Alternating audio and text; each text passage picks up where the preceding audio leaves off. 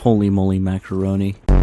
What is up, friends and foes? Welcome to a new video. And today I'm going to be talking about Call of Duty Modern Warfare 4 and why I think it's going to be a massive piece of dog shit. Now, just to start, it's pretty obvious that Activision has no issues with using AI in their games, and they'll likely be using it for this one. Black Ops 6 even had some of it in the loading screens, and that was, honestly, I really hated that.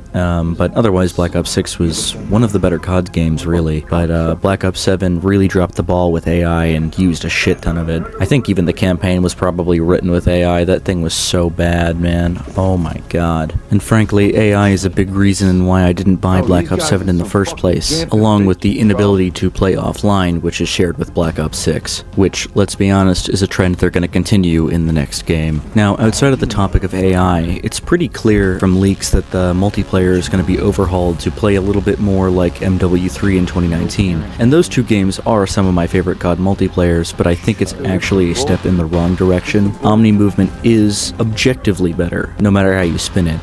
So them removing that feature is just not a good idea to me. Maybe if they want to use it to differentiate the different series, so Black Ops gets Omni movement and Modern Warfare gets the more traditional style of gameplay, I guess I could see it working that way. But either way, I think this is a step in the wrong direction. Otherwise, the multiplayer will probably be fine. They seem to have mastered a fun gameplay loop. Hopefully they get rid of skill-based matchmaking, but honestly, that's a dead horse that I do not have any intention to beat. Now, from the trailers, you can obviously see they're continuing the trope at this point with the Modern Warfare series, specifically in the reboots, with taking off the gloves off to fight, rather than fighting by the rules. You broke a lot of rules, Price. No more rules. You take the gloves off, you get blood on your hands, Kyle. That's how it works. We get dirty, and the world stays clean. That's the mission. And I do think it's an interesting commentary on the rules of engagement and stuff like that, but it's kind of being beaten like a dead horse right now. Kind of like Call of Duty in general. But knowing Activision and how they treat the multiplayer tone, I wouldn't be surprised if they added Tung Tung Sahur to the game, then immediately killed him off, and then brought him back in the next game right after, and said, well, I wasn't in that AI bubble. Well, I wasn't in that tank. I also have some worries about the antagonists of this game. The main villains of this game are going to be the North Korean military, and that is a spicy move, dude. Like, do you really want Kim Jong-un sliming you out personally because you played Call of Duty Modern Warfare 4? No. But in all seriousness, I am glad that they would choose the DPRK over, say, the People's Republic of China as the villains, because it is of my personal opinion that the Chinese are in fact not the bad guys in the world right now. That is actually the Americans. They're the bad guys. You heard me say it. Now, obviously, Kim Jong-un and the DPRK are bad. They are a totalitarian monarchy, a dictatorship by definition, but because they used to be considered a communist state at one point in their history, it is likely that they will be used as anti-communist propaganda, despite actually definitionally not being communist or socialist. Let's just hope that Activision doesn't fuck that up. Also, for an interesting piece of information about the US, slavery is still legal for prison inmates, most of which being minorities. Not to mention the fact that many of the prisons are privately owned by businesses and are not regulated very well. If this is anything like Modern Warfare 2 or 3, it's probably going to be carried by hype moments and aura, which I guess Modern Warfare 3 didn't really have. But Modern Warfare 2 did, and that game was actually pretty cool. It was more interesting than the other ones. Ironically, making Iran the villain in that game, or at least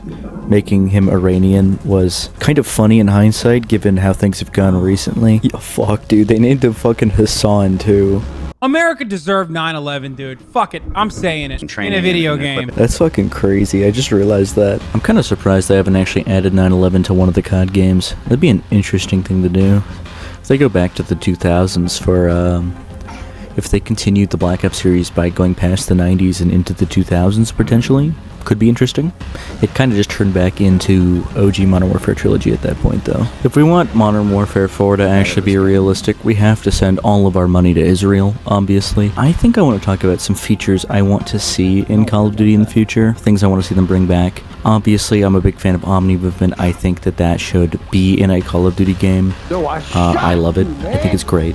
I do think they should bring back the shooting from cover mechanic that was in Vanguard. Nobody ever talks about it. It was a thing, and it was pretty cool. Didn't have enough use cases, but it was interesting, and I thought it looked cool as shit. Hype moments and aura. I also think they should bring back the aftermarket part system and weapon tuning for Modern Warfare 2 and 3. Those were pretty cool features that I'm sad got snubbed in the later games. They added way more depth to the multiplayer. And if you think they were too convoluted, I'm gonna be honest with you, you might just be cattle. Like, you might just be kind of dumb, like low-key. They weren't that complicated, bro. It was easy. It was really easy. I think if you don't understand it, you might just be stupid. Genuinely. And with that, the video is almost over, but I have one more complaint. Activision, why are these games still $90 fucking? I'm sorry, these games are worth like 50 at best. I am not paying for the same game every year. That's why I stopped buying them. The economy is shit. Nobody wants to pay 100 fucking smackaroos for a slop game. This is why ain't nobody play fucking 2K, bro. Get out of here with that. Anyways, thank you all for watching. I will be back tomorrow, hopefully. See you guys in the next video. Peace.